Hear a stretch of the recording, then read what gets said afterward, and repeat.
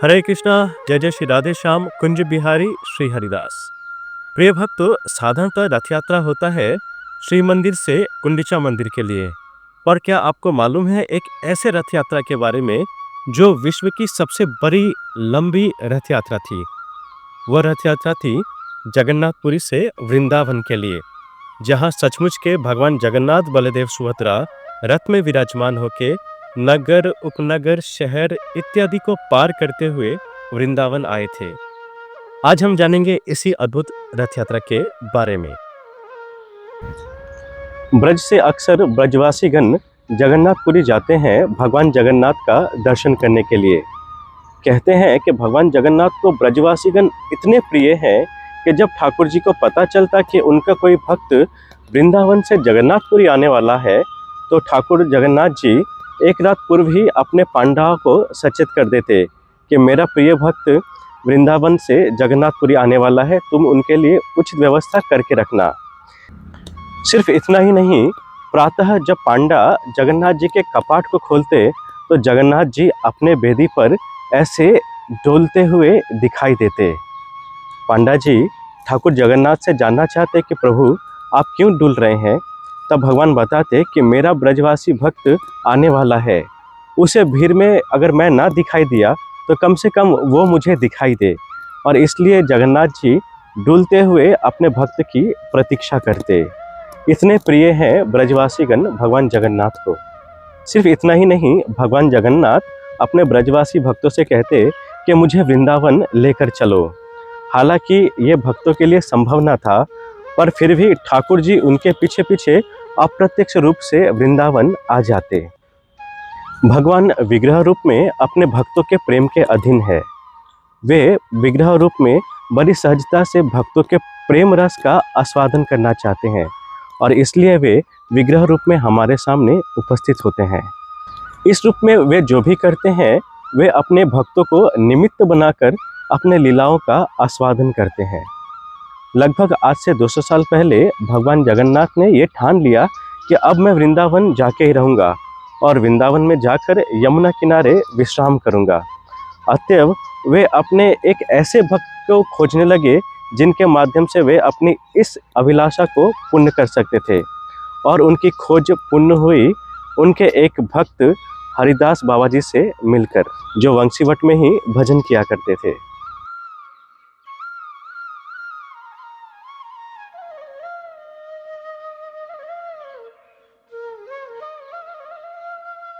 हरिदास बाबा जी वंशीवट पे ही भजन किया करते थे। वे बड़े प्रेमिक भक्त थे। वे दिन रात ठाकुर जी के लीलाओं में डूबे रहते थे, उनके लिए अश्रु बहाते, उनका नाम जप करते रहते। भगवान जगन्नाथ जी अपनी अभिलाषा को पूर्ण करने के लिए एक बड़े प्रेमिक भक्त की तलाश कर रहे थे। अतएव उनकी नज़र जा टिकती है वृंदावन के वंशीवट के पास भजन करने वाले हरिदास बाबा जी के पास। ये हरिदास बाबा जी रामानंद संप्रदाय के भक्त थे। अतएव भगवान जगन्नाथ ने कृपा करके उन्हें एक दिन दर्शन दिए। भगवान का दिव्य रूप दर्शन करके हरिदास बाबा जी पूरे आनंदित हो गए। वे उनके दिव्य रूप का दर्शन करके शुद्ध बुद्ध सब खो बैठे, और ठाकुर जी के रूप को निहारते निहारते वे अचेत हो गए। ठाकुर जी ने भी अपने कर कमल से उन्हें जगाया। इसके उपरांत भगवान अपने भक्त हरिदास से कहते हैं कि हे हरिदास, मैं तुम्हारे भक्ति से बहुत प्रसन्न हूँ। अतएव मैं तुम्हारे पास रहकर तुम्हारे प्रेम भक्ति का आस्वादन करना चाहता हूँ। इसलिए मैं तुमसे अनुरोध करता हूँ कि तुम यहाँ से जगन्नाथपुरी जाओ। इस साल आषाढ़ के महीने में नवकलेवर होने वाला है, जहाँ मेरे पुराने विग्रह को समुद्र में छोड़ दिया जाएगा। तुम पांडा एवं राजा से कहकर मेरे पुराने विग्रह को लेकर इसी वृंदावन में वापस आ जाना और उसकी यहाँ पर स्थापना करना। ऐसा कहकर ठाकुर जी अंतर्ध्यान हो जाते हैं। भगवान जगन्नाथ का शिव विग्रह दारू ब्रह्म नीम के पेड़ से बना हुआ है। जब भी आषाढ़ का महीना आता है, विशेषकर 2 आषाढ़ का महीना, उस समय ये दारू ब्रह्म को बदला जाता है।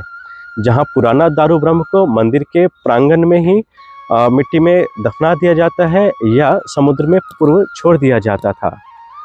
नए दारू ब्रह्म से बने हुए विग्रह में जीवित शालिग्राम शिला की स्थापना करके ठाकुर जी के विग्रह को जागृत किया जाता है। ये बहुत बड़ा उत्सव होता है जिसे नवकलेवर उत्सव कहते हैं। भगवान का आदेश पाकर हरिदास बाबा जी छटपटाने लगे। वे अपने शिष्यों को लेकर पैदल ही जगन्नाथपुरी के लिए रवाना हुए, क्योंकि उस काल रेल की व्यवस्था नहीं थी। वे बीहड़ जंगलों से होते हुए, पहाड़ों से होते हुए, नदी नाले को पार करते हुए जगन्नाथपुरी पहुंच गए। तब तक 4 दिन शेष था नवकलेवर होने को। इस बार का नवकलेवर 36 साल बाद आया था, जहां ठाकुर जी का महाअभिषेक होने वाला था और इसके लिए लाखों लाखों भक्त जगन्नाथपुरी में एकत्रित हुए थे। हरिदास बाबा जी जगन्नाथपुरी जाकर जगन्नाथ के पांडाओं को सब व्यक्त करते हैं, पर जगन्नाथ के पांडा कहते हैं, श्री विग्रह को देने का हमारा अधिकार नहीं है, आप कृपया राजा के पास जाएं। वे जब राजा के पास गए, राजा उनके तेजोमय मुखमंडल को देखकर समझ गए कि ये बहुत बड़े भक्त हैं। अतएव उन्होंने उन्हें प्रणाम किया।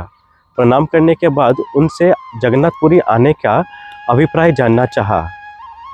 हरिदास बाबा जी ने सब कुछ उनको कह सुनाया। राजा बाबा हरिदास से कहते हैं कि बाबा जी, ठाकुर जी ने इस प्रकार का कोई आदेश मुझे नहीं दिया है, अतएव मैं आपको प्राचीन विग्रह नहीं दे पाऊंगा, बल्कि रीति रिवाजों के अनुसार जो क्रिया होती है वही मुझे करना होगा। और ऐसा कहते हुए राजा बाबा हरिदास से क्षमा याचना करते हैं। ये सुनकर हरिदास बाबा जी कहते हैं, अगर ठाकुर जी के प्राचीन श्री विग्रह समुद्र में प्रवाहित होंगे तो उनके साथ मैं भी प्रवाहित हो जाऊंगा। यह कहकर बाबा जी समुद्र किनारे आकर तट पर बैठ जाते हैं और अन्न जल सब कुछ का त्याग करके उस पल का इंतजार करने लगते हैं जब वे जगन्नाथ जी के प्राचीन विग्रह के साथ समुद्र में ही प्रवाहित हो जाएंगे। इधर अर्धरात्रि में राजा के स्वप्न में भगवान जगन्नाथ आए। भगवान जगन्नाथ ने राजा जी से कहा कि हे राजन, उस बाबा जी को मैंने ही वृंदावन से जगन्नाथपुरी बुलाया है, अतएव तुम मेरे प्राचीन विग्रह को उन बाबा जी को दे दो और उनसे माफ़ी मांगकर सब व्यवस्था कर दो मेरे विग्रह को जगन्नाथपुरी ले जाने के लिए। राजा सपने से जागकर भयभीत हो जाते हैं। वे उसी समय उस बाबा जी की खोज में अपने सैनिकों को भेजते हैं। जब उन्हें पता चलता है कि बाबा जी समुद्र किनारे तट पर बैठे हुए हैं, तब वे स्वयं आकर बाबा जी से क्षमा याचना करते हैं और जगन्नाथ जी के प्राचीन दारू विग्रह को वृंदावन ले जाने के लिए संपूर्ण रूप से सब व्यवस्था करने का आश्वासन देते हैं। नवकलेवर के बाद, महाअभिषेक के बाद भगवान जगन्नाथ का नया विग्रह श्री मंदिर में स्थापित होता है। उसके उपरांत उनके प्राचीन दारू विग्रह को जगन्नाथ, बलदेव, सुभद्रा के साथ बाबा हरिदास को सौंप दिया जाता है और बहुत सारे सैनिकों के साथ, बहुत सारे व्यवस्थाओं के साथ ठाकुर जी के प्राचीन विग्रह को वृंदावन के लिए रवाना किया जाता है।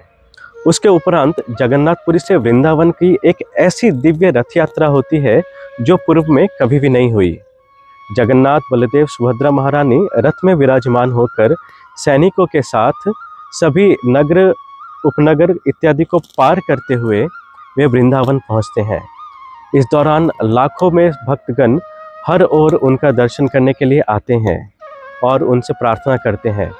ठाकुर जी सभी नगरों को पार करते हुए जब वृंदावन पहुंचते हैं, तब राजा जी के सहयोग से ही यमुना किनारे एक सुंदर जगन्नाथ जी के लिए मंदिर का निर्माण होता है, जहां पर भगवान जगन्नाथ के प्राचीन विग्रह को स्थापित किया जाता है, जिनका भक्तगण आज भी दर्शन कर सकते हैं। आज भी वो मंदिर वृंदावन में श्री विग्रह की शोभा बढ़ा रहा है। वह स्थान अब जगन्नाथ घाट के नाम से जाना जाता है, जहां संपूर्ण विश्व में रथ यात्रा 2 प्रकार की होती है, एक सीधा रथ और दूसरा उल्टा रथ। वहीं वृंदावन में रथ यात्रा सिर्फ एक ही बार होती है और वो है सीधा रथ। सीधा रथ में ठाकुर जी वृंदावन आते हैं। जैसे कुरुक्षेत्र में गोपियों ने ठाकुर जी को रथ में विराज करके, रथ में बैठा करके उन्हें खींच खींच कर वृंदावन लाए थे, ठीक उसी प्रकार, उसी भाव से सीधा रथ का किया जाता है। पर वृंदावन में कभी भी उल्टा रथ का आयोजन नहीं होता है। उल्टा रथ अर्थात भगवान वृंदावन से वापस अपने द्वारिका या अन्य नगरी को जाते हैं, तो वृंदावन में कभी भी उल्टा रथ नहीं होता। यहाँ तक कि यहाँ के इस्कॉन मंदिर में भी उल्टा रथ का आयोजन नहीं होता है।